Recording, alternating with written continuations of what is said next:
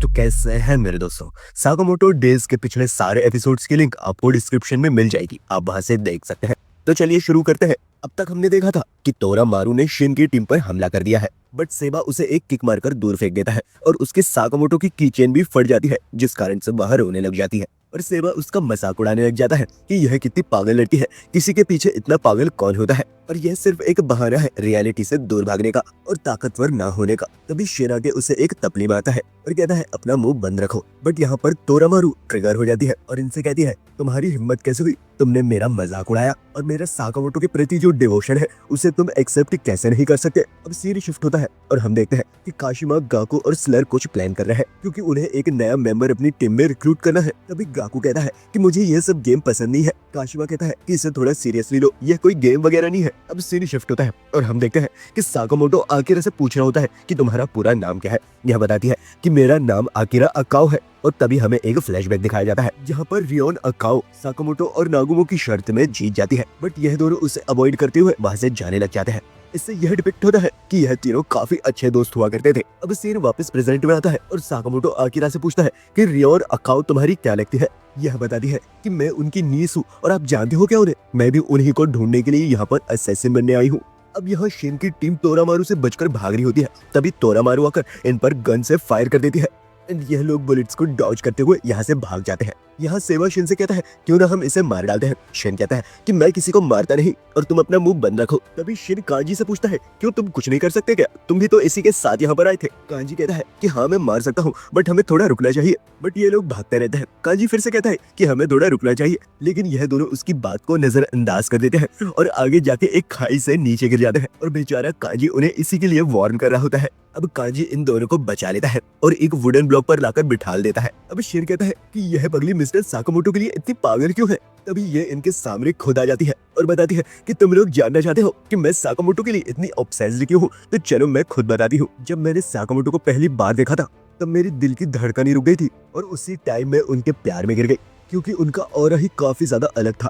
मैंने उनके लिए गाना सुनना शुरू कर दिया, अपना मेकअप भी करना सीख गई और मैंने अपनी कॉन्वर्सेशन स्किल्स को भी बहुत ज्यादा बढ़ा लिया ताकि जब मैं एक दिन उनसे मिलूं तो मैं उनसे अच्छे से बात कर सकूं। और साकामोटो के कारण मेरी दुनिया ही बदल गई और मेरी जिंदगी खुशियों से भर गई और ये सिर्फ और सिर्फ साकामोटो के कारण ही हुआ है। तो इसलिए मेरा जो डिवोशन है साकामोटो के लिए, उसे कोई क्रिटिसाइज करेगा तो उसे मरना होगा। और वह शिन पर अटैक कर देती है। शिन उसे डॉज कर देता है और सेवा को हेल्प के लिए बुलाता है, लेकिन सेवा की तबीयत खराब हो गई होती है क्योंकि उसे सी सिकनेस हो रही है।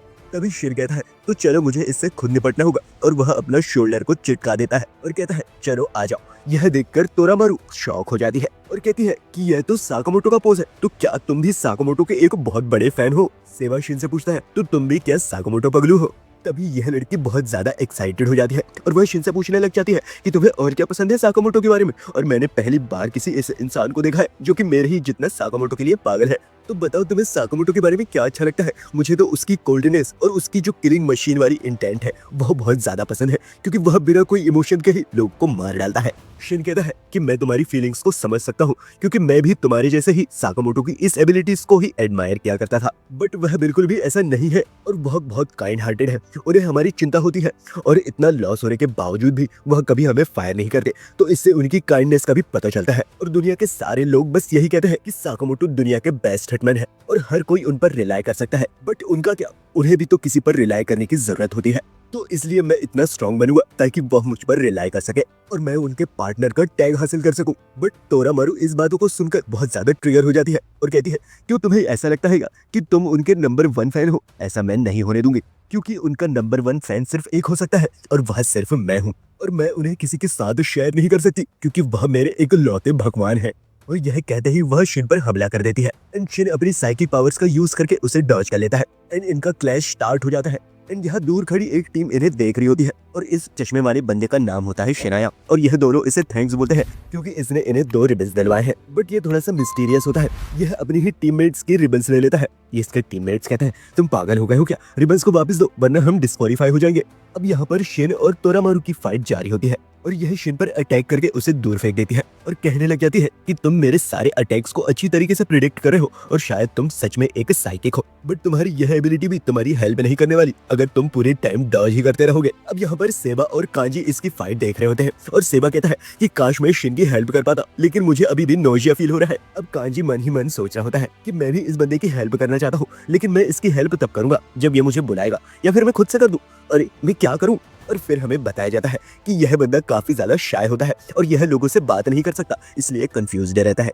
यह सेवा की पीठ को सहलाने वाला होता है, लेकिन सेवा इसे मना कर देता है। अब यह शेर अपनी साइकिक पावर्स का यूज करके इसके अटैक को डॉज कर देता है और इससे एक जोरदार किक मारता है। अब यह लड़की इस पर फायर करने स्टार्ट कर देती है। अब शेर भागता हुआ सोच रहा होता है कि मुझे जल्द से जल्द कुछ चीज फिगर आउट करनी पड़ेगी इसे हराने के लिए।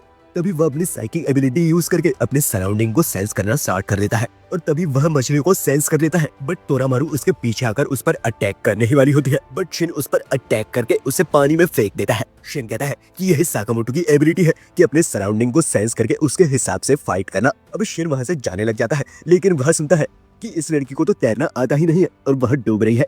शिन तुरंत पानी में कूद जाता है और वह देखता है कि नीचे वह साकामोटो की चेन फंसी होती है, जिसके लिए ये भी यहाँ डूब रही होती है।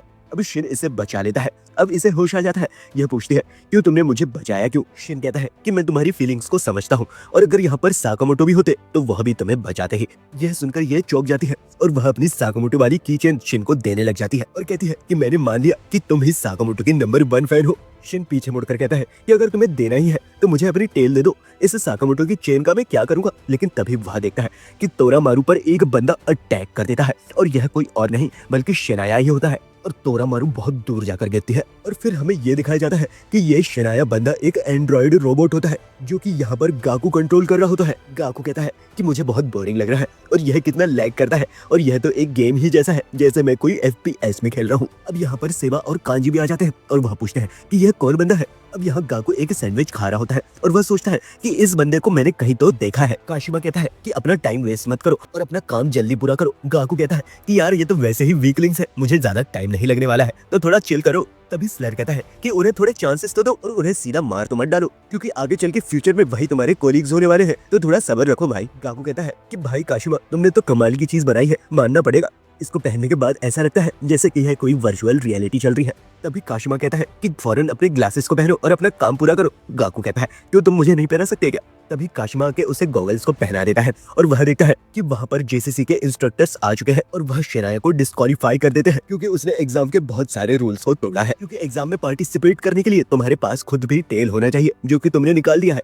और जब मैं इस फॉरेस्ट में से आ रहा था तब मैंने देखा कि वहाँ पर 4 बॉडीज पड़ी हैं और मुझे पता है कि उन्हें तुम्ही ने मारा है। तभी एक इंस्ट्रक्टर इसे नीचे पटक देता है और कहता है कि किसी भी असैसिन में 2 क्वालिटीज तो होनी ही चाहिए, एक तो लव और दूसरा डिसिप्लिन। इनमें से अगर एक भी ना हो तो तुम एक कचरे के समान हो। अब काशिमा यहाँ पर गाकू से पूछता है कि क्या हुआ। गाकू कहता है मुझे इसीलिए बचपन से टीचर्स पसंद नहीं है।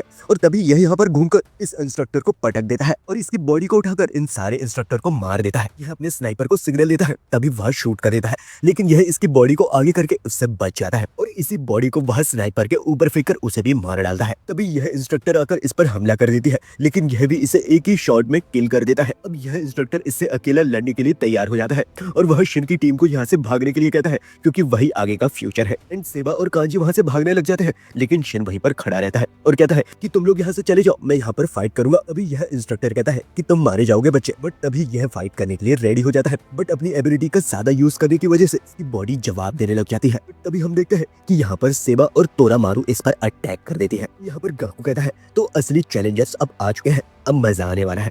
एंड इसी के साथ ही यह एपिसोड यहाँ पर खत्म हो जाता है। तो गाइस कमेंट करके बताइएगा कि आपको यह वीडियो कैसा लगा।